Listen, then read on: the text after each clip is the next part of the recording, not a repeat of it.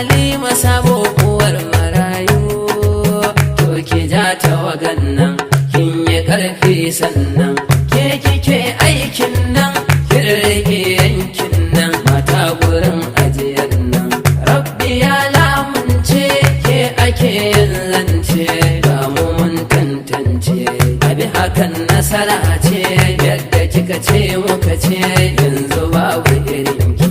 Da suna raina ki har suna zagin ki, yanzu dole su bi ki.